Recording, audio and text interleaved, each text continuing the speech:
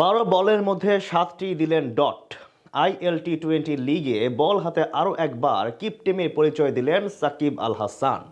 গুরুত্বপূর্ণ ম্যাচে আজ তার দল MI এমিরেটস মাঠে নামে গলফ জায়ান্টের বিপক্ষে। দুই দলের মাঝে চলে হাড্ডাহাড্ডি লড়াই। ছোট পুঁজি নিয়েও ম্যাচ জমিয়ে তোলে জেমস ভিন্সের দল। সেখান থেকে ম্যাচের ফলাফল এবং সাকিবের পারফরম্যান্স নিয়ে বাকিটা জানবো রিপোর্টে। গেল রাতে হয়েছিলেন ম্যাচ সেরা, ব্যাটে বলে সমান তালে করেছিলেন পারফরমেন্স। আজও বল হাতে সাকিব আল হাসান দিলেন কিপটেমির পরিচয়। আবুধাবির শেখ জায়েদ স্টেডিয়ামে এদিন টস জিতে আগে বল করার সিদ্ধান্ত নেয় তার দল MI এমিরেটস। বিপরীতে আগে ব্যাট করতে নেমে শুরুতেই বিপাকে পড়ে গলফ জায়ান্ট। আজ ইনিংসের প্রথম ওভারে আক্রমণে আসেন সাকিব। 2 বল ডট দিয়ে তৃতীয় ডেলিভারিতে রহমানুল্লাহ গোরবাজের কাছে ছক্কা হজম করেন তিনি। সেই ওভারে দেন 8 রান। পরের ওভারে রোমারিও শেফার্ডের প্রথম শিকার বনে সাজঘরে ফিরে যান মাত্র 3 রান করা জেমস ভিন্স। বেশিক্ষণ টিকতে পারেননি রহমানুল্লাহ গোরবাজ। স্বদেশি ফজল হক ফারুকের বলে সামনে বেড়ে খেলতে গিয়ে বোল্ড হয়ে ফেরা যান 10 বলে 11 রান করে।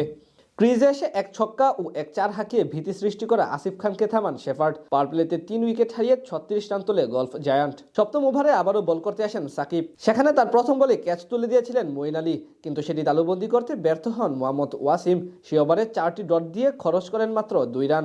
আজ 2 ওভারে মোট 10 রান খরচ করেন মিস্টার 75।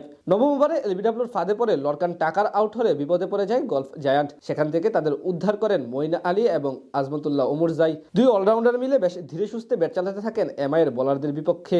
14 রানে ফারুকির বলে থামেন ওমরজাই। তবে ক্যারিয়ারের 36তম টি20 অর্ধশতক পূরণ করেন মঈন আলী। শেষ পর্যন্ত তার 51 রানের ইনিংসে ভর করে 141 রানের লড়াকু পুঁজি পায় গলফ জায়ান্ট।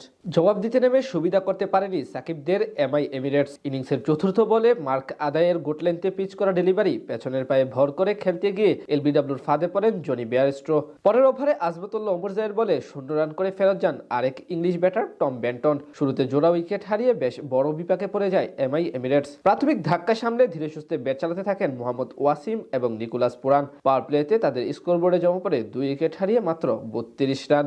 পুরান ধীরগতির হলেও সময়ের সাথে সাথে খোলস থেকে বেরিয়ে আসার চেষ্টা করেন মোহাম্মদ ওয়াসিম। কয়েকটি বাউন্ডারি মেরে চাপমুক্ত করেন তিনি। শেষ 10 ওভারে MI এর দরকার ছিল 84 রান। খানিক বাদে ওয়াসিমের সঙ্গে যোগ দেন নিকোলাস পুরানো। এবার দুজনই একসাথে আগ্রাসী হয়ে ওঠেন গলফ জায়ান্টের বোলারদের বিপক্ষে। দুজন মিলে দুপ্রান্ত থেকে